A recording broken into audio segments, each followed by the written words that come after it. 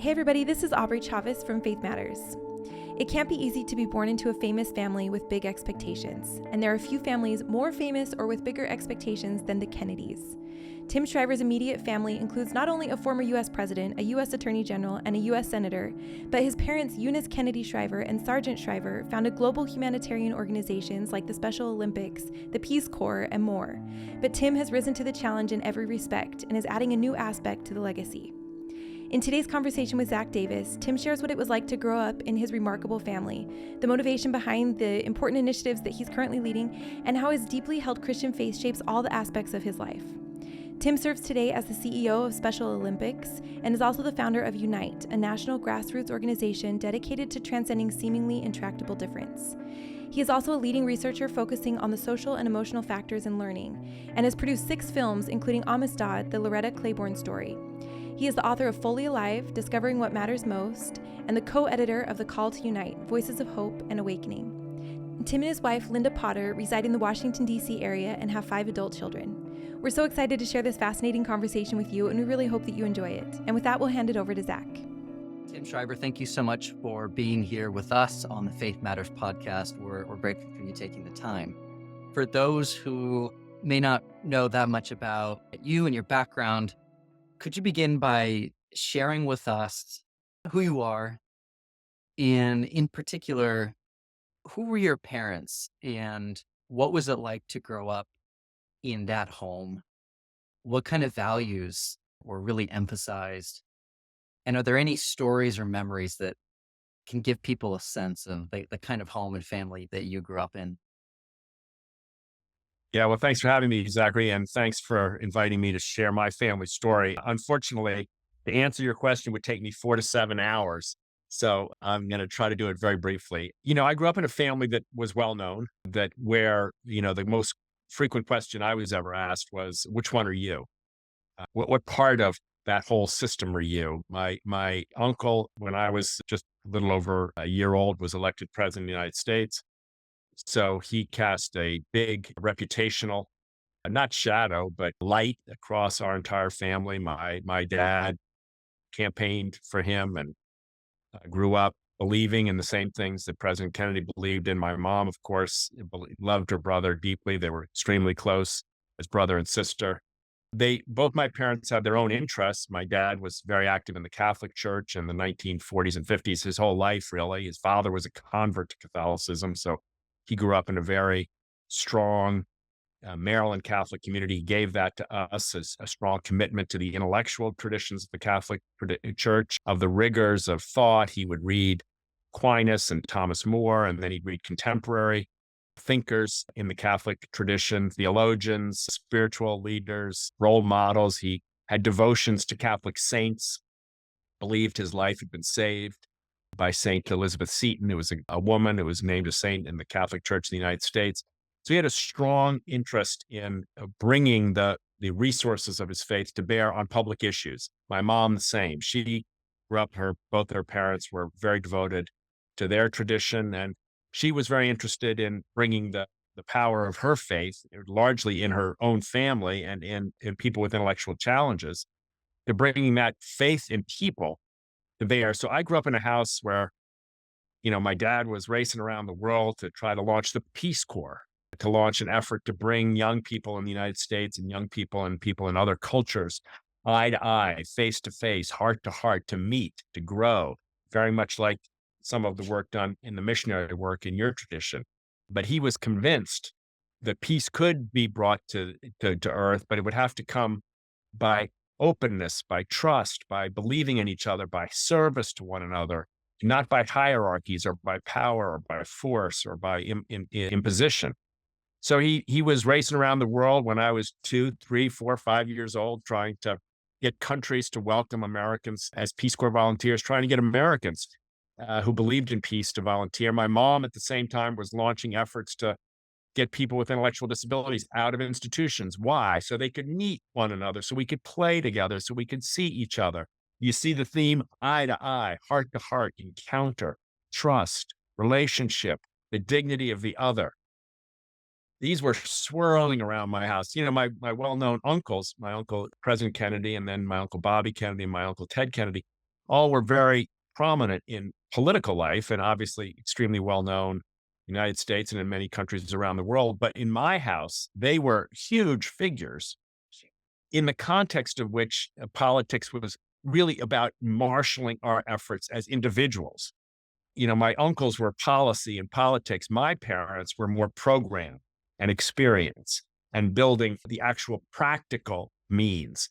My dad went on to create the Job Corps and Head Start, Head Start, which is all over the country, and early childhood program for kids who growing up in difficult environments. And I need a head start. My dad believed in branding these ideas and inviting people not as Republicans or Democrats. He was so determined always to prove that the best ideas weren't Republican ideas or Democratic ideas, but human ideas, practical ideas, ideas that could make a difference, that those could appeal to anybody in a political party or in a political perspective. So, it was an ambitious household. My parents didn't think about starting a daycare program or a summer camp, although my mom did start a summer camp, but she thought, how can we scale a summer camp? So we put them in every state. And then how can we scale them in every state so we can elevate them and make them into big events? And then how can we make these big events Olympic in scope? And the next thing you know, here comes Special Olympics. And today it's in 180 countries around the world with over 5 million people with intellectual disabilities and millions of volunteers. So, my mom was ambitious. My dad was too, extremely competitive, but guided by their faith, which I think taught them one big lesson. It's not a complicated one. Everybody has dignity. Everybody has been given dignity. And if you spend enough time with people, and if you're patient, and if your eyes are open, if the aperture of your heart is open, big enough, you can see the dignity in the other, even the person with whom you disagree, even the person who has hurt you, even the person you don't understand. Still persist. The message is there. Our hearts tell us there is good in everything, in everyone. Find it, reveal it, mirror it, accept it, channel it, grow it, change the world. That's the short version of how I grew up. What an amazing home culture. What I'm struck by is that for both your parents, change happens person to person, heart to heart. And I think sometimes those of us inclined to social change think about very large, maybe impersonal processes. Yeah. But for you, why is it that heart to heart matters? It's a good question. Here's my answer. I don't think any change happens that isn't heart to heart, that isn't individual. I mean, you can try to change the world for any number of different things. I mean, for better or for worse, we human beings create a lot of problems. And we've got a lot of things we could change about ourselves, about as individuals, about our families, about the communities, about our religious communities. A lot of things we could change about our country, about our politics. But really, it's hard to change. That's the real story. And it doesn't happen by, some sweep across the sky. You can fly a plane across the sky and have it paint a picture of change. Well, but what happens down on earth, eye to eye, is really, to think of anything you want to change in your life. It's hard. That's why New Year's resolutions last about a week. People say, oh, I'm going to do this. I'm going to do that. I'm going to change this. I'm going to change my diet, change my exercise, change my relationship with my husband or my wife or my kids or my friend or my partner. I'm going to change my job, or I'm going to change my hair. It's hard. So really taking seriously what it's going to take to change the world, I think requires that you have to think small. I graduated from college and went into education because I was convinced that the big sweeping proclamations of political figures could only make a difference if we understood the micro, the personal dynamic of a 14 or a 15-year-old struggling with the effects of poverty, struggling with the effects of racism, struggling with the effects of a chaos and challenges in their community, violence, family, all these things. By the way, all of which not racism, but many of which I struggled with, even though my family was quite well-to-do financially. But the challenge of drugs, challenge of despair and anxiety and depression, the challenge of families torn apart by violence. And these are all things I'd seen. So I felt like, wow, we can talk about change, but if we don't take seriously what it's going to take to change us, and if I don't understand the the challenge of change through the eye of a 15-year-old who's trying to figure out where he fits in the world, where she belongs, what matters, should they study their chemistry homework or their US history homework or their English language arts? And I'd be saying, yes, yes, you should. But I could tell many of the kids were questioning whether it mattered, like whether there was a value that they had. Did the world see them? And, if the world doesn't see you and you don't think you matter, chemistry doesn't leave you flat. And if you don't think you have a chance, why bother with English language? And if you don't think the country matters or cares about you, why study its history? So the first question many kids were asking when I started out was, do I matter? Prove it to me. Prove to me that anybody cares. Prove to me that violence and despair isn't the right choice. Now you can say, well, just tell them, but that's not the way life works. So, I got to believe that to be a witness to a small change of heart is to be a witness to the changing the world. And changing the world can only happen with small changes of heart first. Maybe sometimes most powerfully, a change of heart in ourselves before we can change anyone else.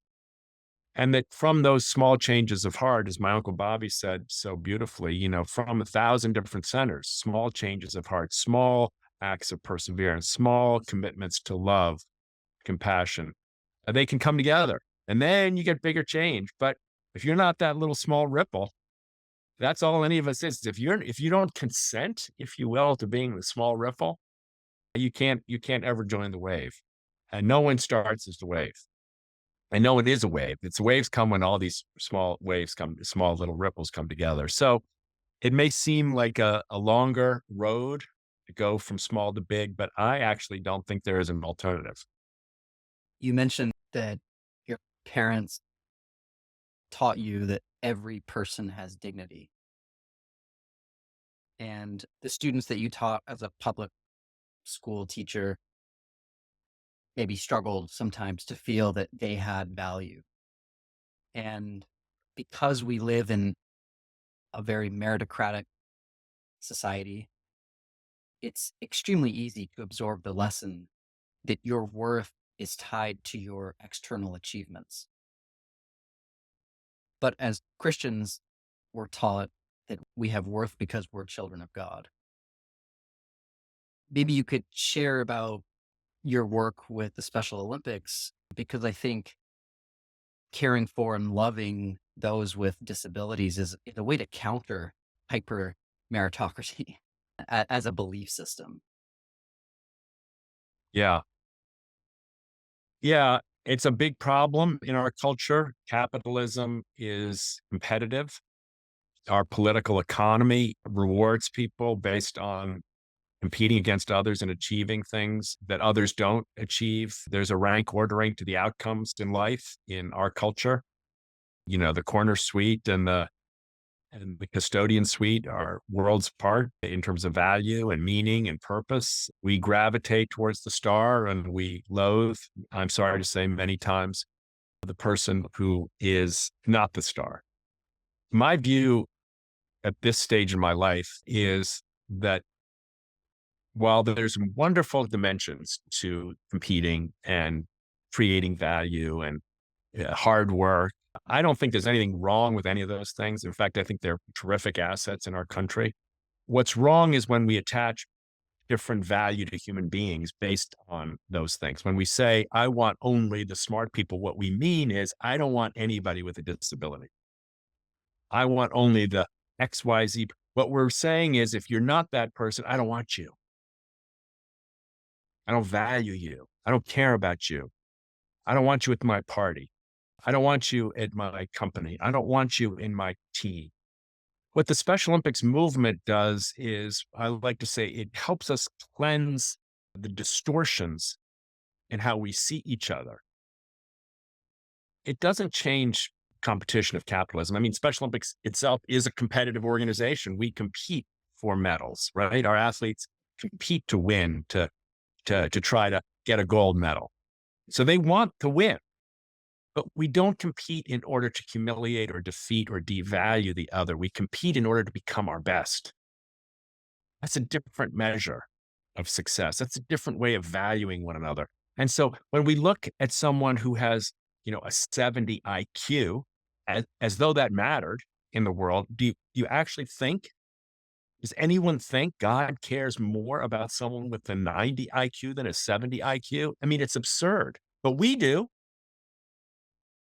So we gotta walk, like we gotta put windshield wipers. When those distortions, water gets on the windshield and you can't see, and you're like, wait a second, I can't see where I'm going. That's kind of what happens when we start to think that value is attached to wealth or success or natural gifts, instead of value being attached to the way in which God sees us. And then if you can maybe just for a moment, as one of my spiritual directors said to me, see with the eyes with which God sees a person with a 60 IQ or 160 IQ. Doesn't matter.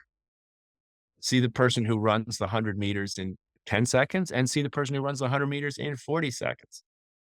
And see the same beautiful, courageous, brave human being, spirit, soul, mirror of God's own self in that person. Oh, it's a relief. The world just all of a sudden goes from black and white to technicolor, it lights up. The fear, the cloudy distortions are removed, just maybe sometimes just for a moment. And you can look across the room and, oh my God, look how beautiful that person is. And it brings tears to your eyes because you just feel so overwhelmed by the beauty that God's created, and maybe sometimes feel so heartbroken that you missed it for so long. So the Special Olympics movement is a gift, I think, from some deep and mysterious and divine place to us all. But we are each a gift, and our job in some ways is to find ways to see it, to see the gift that we are. I mean, many times it's ourselves that we can't see as being beautiful, gifted, created in the image of God. But you don't have to read a book to believe that, and you don't have to study the Bible or the Quran or the Torah. You don't have to read the Gospels or other things. I think what most of our traditions tell us, the Book of Mormon, they all tell us that this is the way the world actually is. This is reality. And the words are trying to guide us to see reality, but we only have to really look inside ourselves to know and to be aware of the consciousness that's animating our souls, that's driving us forward, that's asking us to ask questions, that's telling us to seek the true and the good and the beautiful, that's inviting us to fall in love. That's all within us. That's the DNA. That's the divine DNA. And sometimes just noticing it is enough to change lives, I think. Certainly has mine. I love thinking about that, we're called to be more like God. And I know that I tend to typically think, okay, I'll be more capable and kind of more knowledgeable. I won't be tempted anymore. But part of becoming like God is to see one another as God sees us, as a loving Father. Mm. And that's something we can strive for, even in our imperfect state. I'm curious, when you first started to feel that something was going wrong in American society, what was the motivation that started you thinking about Unite? Well, I think like a lot of people in the early part of their teens, I started to get very confused by the level of hostility in the culture, politically and political culture. And I started to hear this refrain, the bare hopeless. So I started to hear the refrain that the country was hopeless. I started to hear it in the critics of President Obama. I started to hear it in the supporters of Democratic politicians, that those people were so evil, so bad, so wrong, so broken, so misguided as to be hopeless.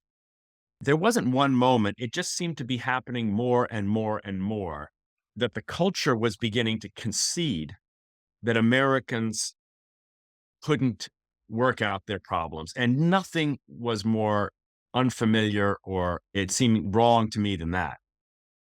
And I thought to myself, I don't believe that. I don't believe that. I mean, I was living in the world of Special Olympics. I like to say it's a front row seat for the best in humanity. These people with intellectual challenges who have been the most neglected and forgotten and labeled and excluded and demonized people in every culture in the world were looking me in the eye every day and saying, I'm willing to take a chance on you and all those people who have excluded me. I'll try again. I'll come to the starting line. I'll run my race. I'll hope that you this time will see me. So I know it's within us. It's not from faith or from belief or even from history. It was from experience. I see people every day who have been excluded, who hold the pain, the struggle, and the injustice and work to overcome it and transcend it. And I thought to myself, our country, that's our country. What I'm hearing on the news, what I'm hearing from my friends, that's not our country. That's not who we are.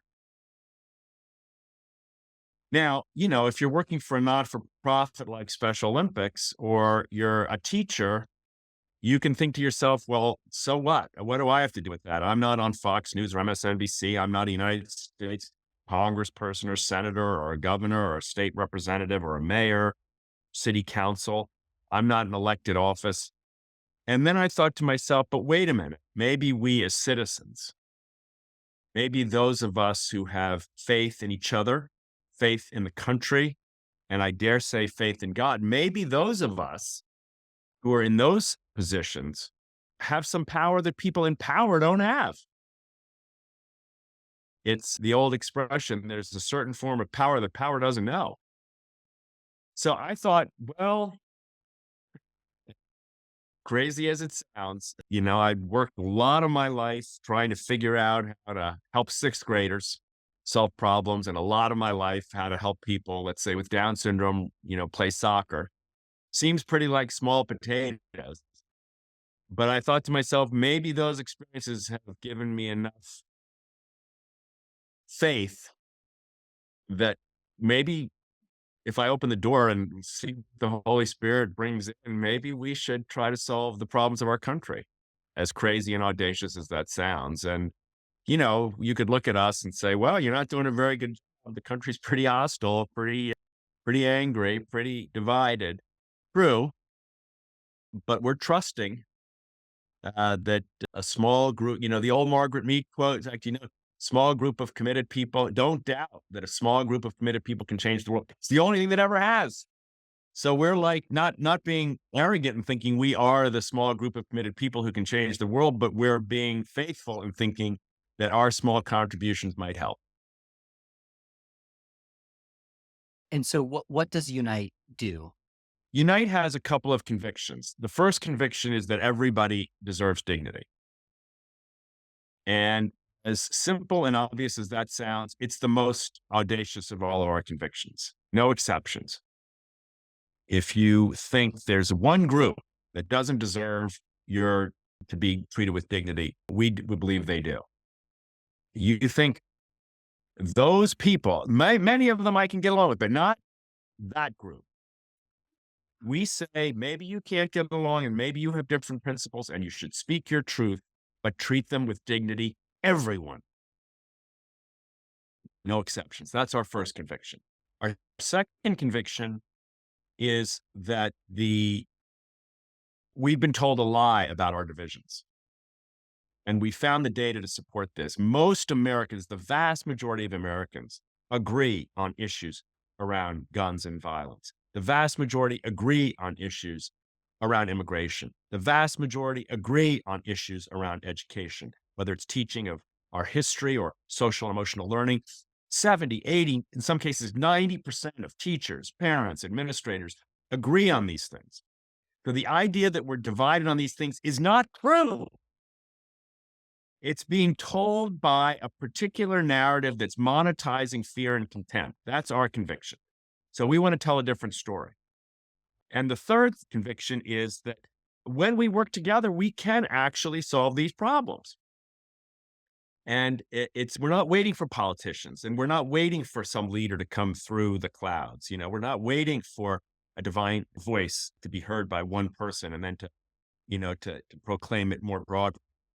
We're believing that the divine voice is speaking within each of us. And we believe that when we work together and listen deeply for it, we too can be carriers of that spirit of transformation. So, we think everybody deserves dignity. We think that the idea that we're hopelessly divided is a lie. And we believe that we can build institutions and stories and narratives that change the lie and build on what we call a kind of almost a spiritual realism, a conviction from experience that the spirit is essential to the conviction that everybody has dignity, and that our job as human beings, our job as people, whether secular or religious faith, our job is to join that spirit of dignity with the realities around us, to create systems and structures that bring those two forces together for the joy and the justice for all.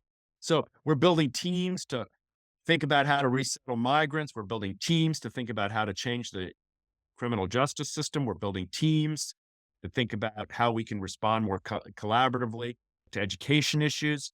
We're building media initiatives that try to elevate the voices of those who are thoughtfully and intelligently and spiritually grounded storytellers of our potential and possibility. Where we've launched the Dignity Index to try to awaken people to the ways in which dignity can be recognized in others, even those with whom we deeply disagree. And all these efforts are from a far-flung group of people. We have Republicans and Democrats, and black and white, rich and poor, and young and old, and gay and straight, and coastland and heartland, and as I like to say, ex-presidents and ex-cons. It doesn't matter. Everybody's got something to give, and we're trying to create that kind of network of the willing that will help create a tipping point in our culture, the one that we desperately need. And not because we're building a big organization to do all that. We're just trying to create the, if you will, the soil in which those seeds can sprout. So if someone came to you and said, Tim, I want to be a peace builder. I am worried about polarization. What are some practical, actionable things that I can do in my community, in my world of influence? Well, there's a couple of very simple things. The first is, we welcome you to join us with the Dignity Index. Go to dignityindex.us, take a look at it, and see if it doesn't awaken in you some recognition of the ways in which you've treated people with dignity and the times in which you haven't.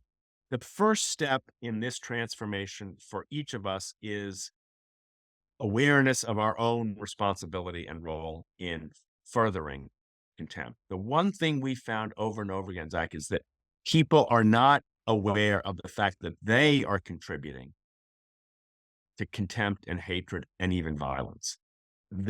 We almost all think it's the other guy. We almost all think, well, our team is right, but they're the problem. We don't hear our own contempt, our own hatred, our own humiliation of the other.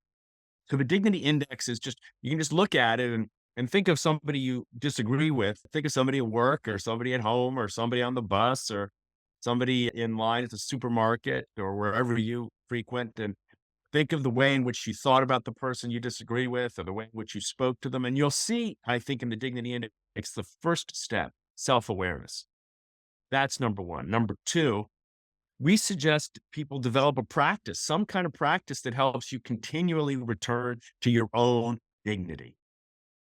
Some people it's prayer, some people it's religious worship, some people it's meditation, some people it's contemplative practice, or some people it's nature.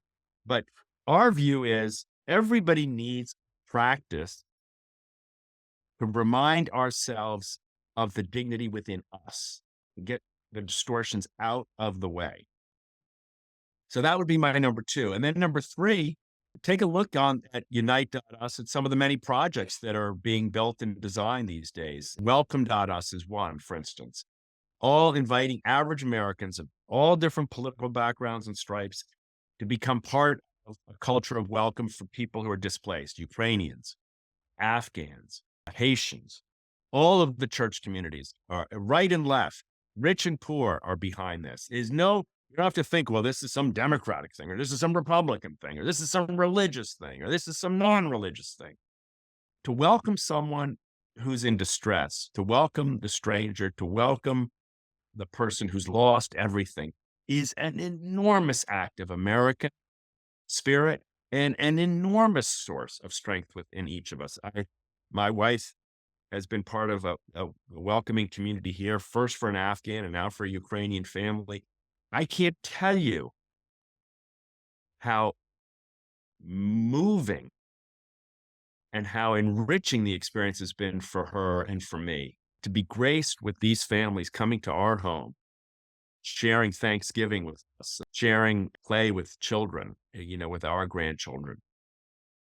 I mean, it just refreshes your belief that somehow we broken and often misguided human beings can sometimes get it right, acting as sources of welcome. So these are initiatives that Unite is pulling together our colleagues at the Office of American Possibilities, and they're all joinable. And we have newsletters and all these things. So we invite people to get involved in this in whatever way. We're not the biggest shop on the planet, but we're trying to build slowly. There are many others in the New Pluralists Alliance, many other groups, Braver Angels and Listen First Coalition, all teaching skills for listening and reminding us to look for the dignity of the other. And even in schools, the social and emotional learning work is so important for kids, so important for teachers. Teach kids how to listen, teach kids how to speak up for themselves, teach children how to manage stress and fear, teach children how to share openly with others, teach children how to respect others.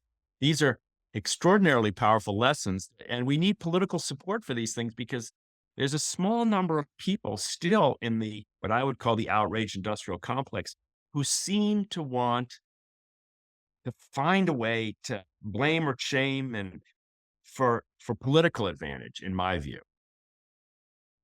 I don't want to be a contempt-based person. I can't do that, right? I want to hear and listen to those folks who are challenging us in social and emotional learning.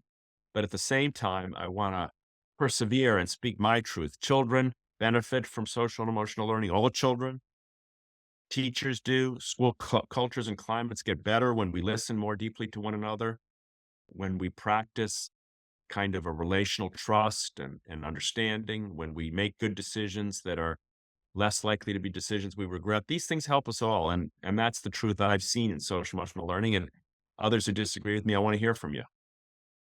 But I encourage people to get involved in that work also. How much blame do you put on the media incentive structure for outrage? I'm sympathetic to that argument. I think it's true.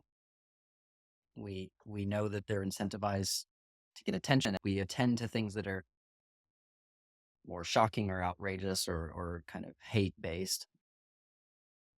But I wonder if you could also comment on, is the polarization also grounded in radically different views of what human flourishing and meaning come from?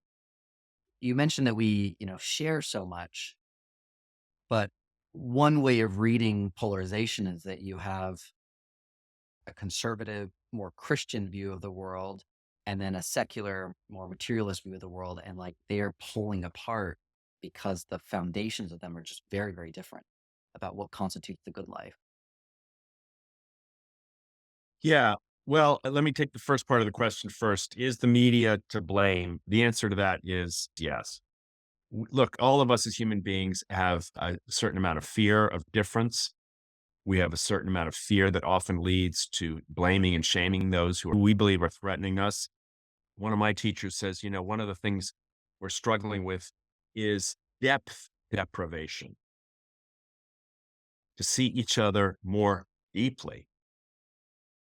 is to be able to see the soul, the spirit, the heart, the goodness, the struggle. I think right now the media, and that's because we buy this media, you can't blame the producers when we consume, right? They think that contempt and hatred sell. And they think, honestly, that the more hatred and contempt they give, the more they sell. So it's almost like an addictive loop, almost like tobacco or alcohol or other kinds of things like that. It's almost as though we are trapped when we are afraid and when we're told we should be afraid. And then we're told, here's the place you come when you're afraid. I'll tell you you're right to be afraid. I'll show you how horrible those people are. We almost become addicted to the phone, addicted to the feed, addicted to the cable in a way that almost like if you say, turn it off, you say, well, wait a minute, something's going to happen. I won't know where the threat is coming from. So the phones, the constancy of the drumbeat of fear and contempt-based news are distortions, in my view, of what's going on in the country. And they are profitable and they are working. And there's two ways to combat it. Well, maybe three. The first is turn it off. You won't suffer, I promise. I know a lot of people who've turned it off.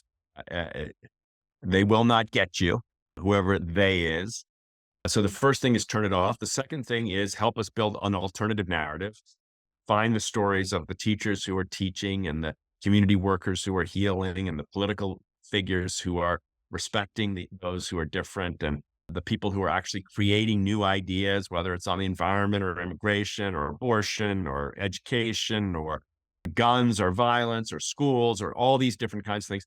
There are good Americans who are trying to find ways to act deeply from their values and deeply in search of justice and order in a way that's creative and new and different. Tell their stories. Help us amplify them. That's the second thing you can do. The third thing we've all got to figure out how to do is to change the algorithm. The idea that if I click on one story, it's a fear-based or a contempt or a hate-based story, I'm going to get fed dozens and dozens more. And the algorithm today upgrades contempt. It does. It's by design. We're up against $1 trillion business, right? So people say, well, you've raised $500,000 or you've raised $1 million to do this. That's nothing compared to the amount of money behind the alternative. So, we've got to double down on our storytelling. We've got to double down on our turning these voices off. And we've got to double down, in my view, on working on the alternatives. The faith-based institutions are good at this in general. Not all, but most are really good at reminding people, whether it's Christian or Jewish or Muslim or Buddhist or Hindu or any of the other traditions, Sikh, or they almost all have the same message, which is the path they prescribe is to see in your neighbor the face of God. It comes down in all these traditions.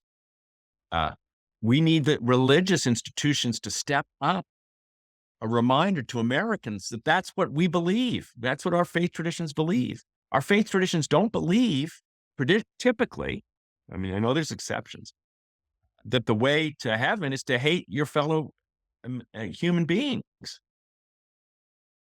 to try to humiliate, to destroy them.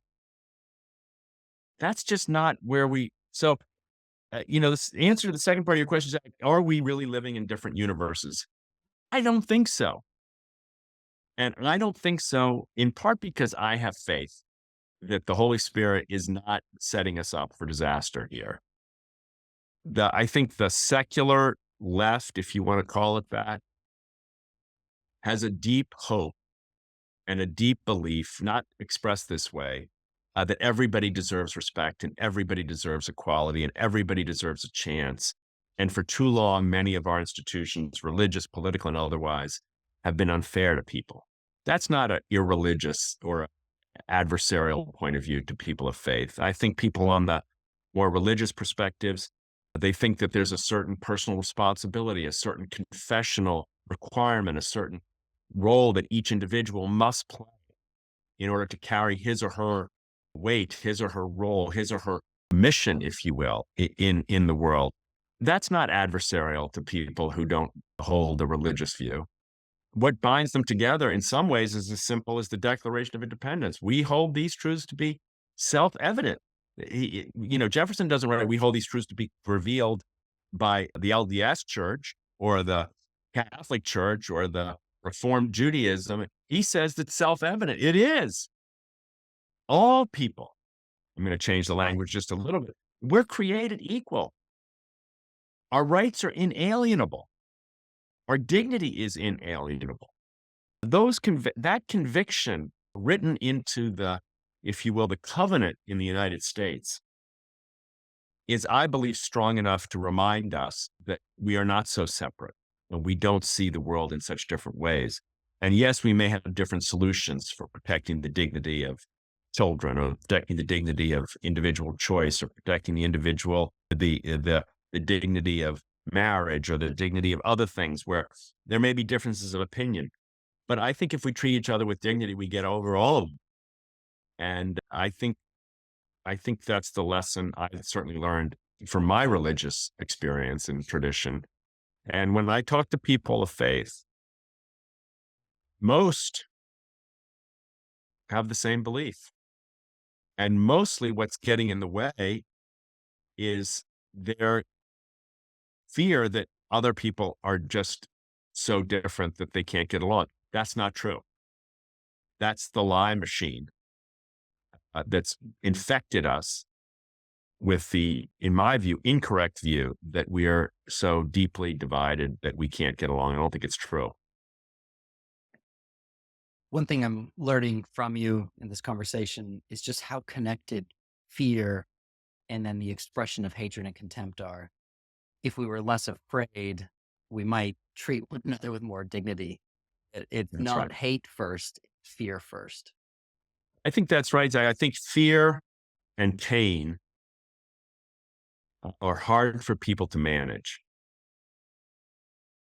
And, we've spent a lot of time thinking about scapegoating. Scapegoating goes back to the book of Leviticus, right? And the story is quite brilliant.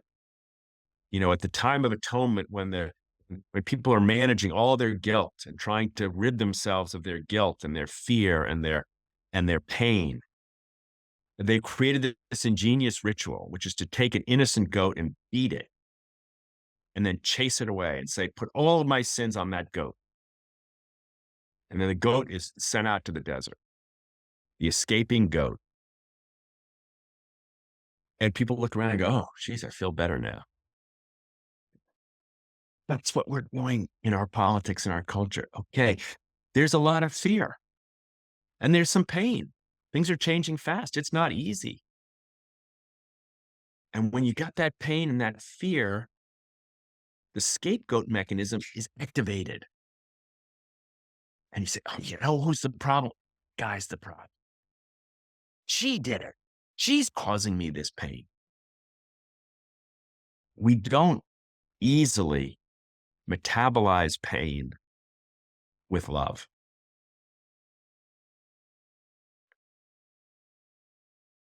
And that's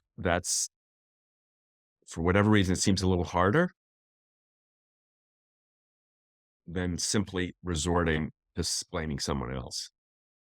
But I think, cultures change over time, and that's the kind of energy, that's the kind of message we need now. I think, I mean, do our religious traditions need it? I think they do. I'm not a faith leader, and so I don't have much standing there. But I think our religious institutions need that message. Metabolizing your pain and your fear with love is the new requirement of our country, I believe. Sounds kind of pie in the sky, but I Holy Spirit can do some things that the rest of us couldn't imagine being done. And I want to at least keep my eyes open to watch what she's up to. Yeah, and I think that's the key message of the gospel too. You used a phrase, spiritual realism, a little bit ago, and you recently wrote this beautiful essay in Plow magazine Thank you. that also used that term. What do you mean by that, and what was your essay seeking to convey to Well, the I wrote it readers? with a brilliant scholar, Para Isabella Burton. We tried in that essay to make the point that the modern world has done many, many good things for us: science, technology, medicine, democratic revolutions. The last 300-400 years, look, the world looks very different from where it looked 400 or 500 years ago, with emperors and kings and stratification of classes and enormous injustices that would have dominated cultures and exclusions and so on. So the modern world, the modern mind has done many beautiful things, but it has inched away from, and then maybe even fallen more precipitously away from, an awareness of human dignity as the grounding of all those things.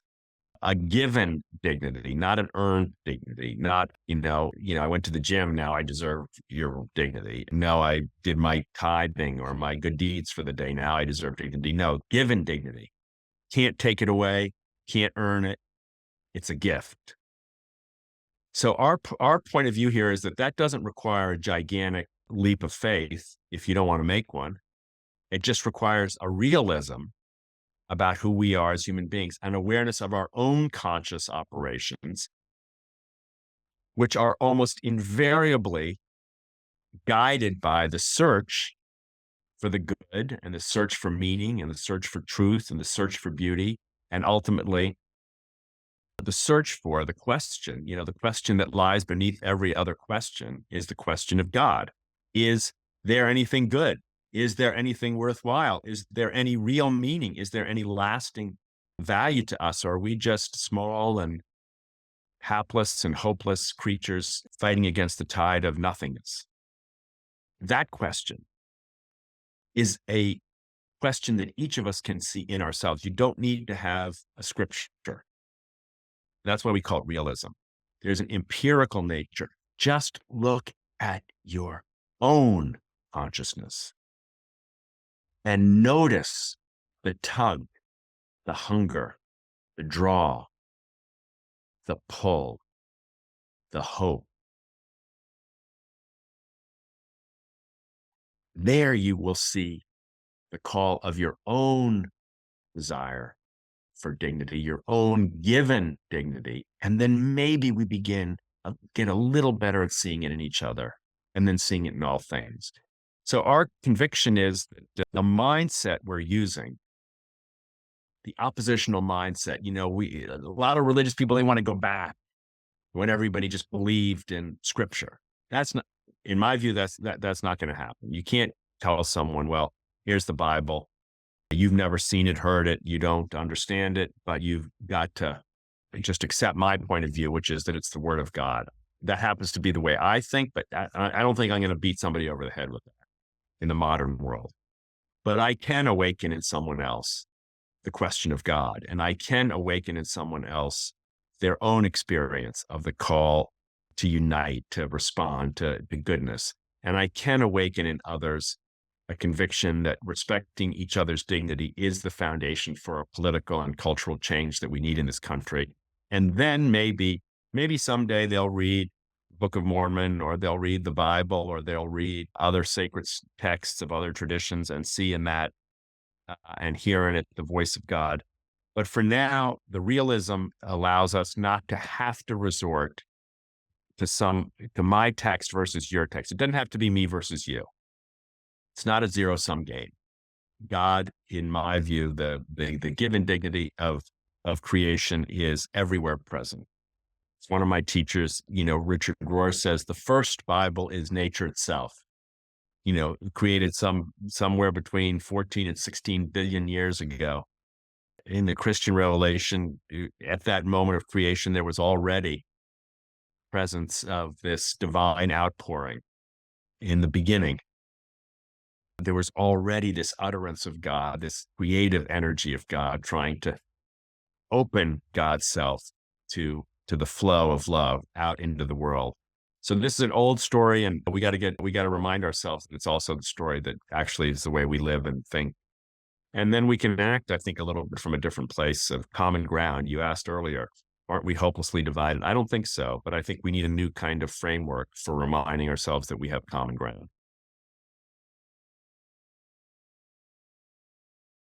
Have you had relationships with Latter-day Saints? Yeah, I do. I mean, I spent a lot of time in Utah, and with some of the senior folks. I saw the talk last weekend. I don't know if you saw. Yeah, did you see Russell M. Nelson's speech? Yeah, I saw Russell Nelson's talk. I mean, Yeah. it could have, So from my good. point of view, I mean, so so good. good. Yeah. I mean, he just comes right out and says it, like, stop it. You want to be people of faith and you're hating people. It just doesn't work. I mean, he says it nicer than, obviously Right. more articulately than that. But I like to think, this is when I point out, we're a small ripple, like my uncle said, a small ripple of hope, but there's a lot of them, and they're starting to grow from different corners of the world. And that's where I say, don't underestimate the Holy Spirit when she gets to work. Uh, we just show up and let the Holy Spirit do the rest. I was just so moved by that and just cheering. So yeah. The best part of the talk echoed something that you said today when he said, now you're probably thinking right now, I know someone who could really use this talk. Yeah, right. That was great. That was a classic. I got someone who should listen to this. Yes. Just the person who needs this message. That was a genius move right there, because it's so denuded to everybody in the audience. Of course, the nervous laughter, because that's what everybody's thinking. Oops, got me. Damn it. Yeah. There's so many inspiring things about your work, your message, but I think to me, what stands out most powerfully is a deep sense of hope. And what I detect as a Christian hope, it's a hope that goes maybe beyond rationality and trust in God and in the workings of the Spirit. So as a final question, I was just curious if you could share more about how your Christian faith has informed your work in the world and what it means to you currently and what it means for you to be a Christian disciple in the modern world that wants to keep it very private, keep it kind of tame even. Yeah. Well, I think I'm like a Jesus freak. I remember back when I was a kid, they talked about there were these Jesus freaks running around California or something. They were hippies or something like that. I don't know. I think for me, the Christian story tells the story of human brokenness and human transcendence. Tells us the story that break down every barrier, divides you from each other. Be a peacemaker, be a justice seeker, be poor in spirit. Cross the road when you see someone hurt. Welcome someone home when they've been gone it doesn't matter the reason. Forgive people. They don't know what they're doing when they hurt you. It's as if to see my own calling as embodied in the example and in the teaching and in the role of this extraordinary human being turned divine. A reminder that, in my view at least, Jesus didn't say that he had to be completely separate from us. He just showed us how to be who we are. And in the mystics, I've spent a lot of time reading people who spent their lives in contemplative life, trying to dig deeper and deeper and deeper into through the dark night and into the spaces of unknowing and confusion and even fear within them, in order to come more closely in contact with an unmediated experience of God. And I see in those people extraordinary teachers of, at our deepest level, who we actually are. I that's what my faith, I think, has been for me, a place, a tradition, people, scholars, teachers, simple people, the capacity to see just once in a while as God sees. And when you even get a little tiny glimpse of that, I think the world changes. Not a fantasy or magic or distortion, but out of being deeply, deeply connected to the real. So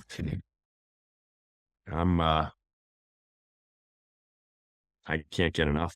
I can't get enough of it. It's my happy place to try to be in touch with God's love for me and try to share it. I can't get enough either.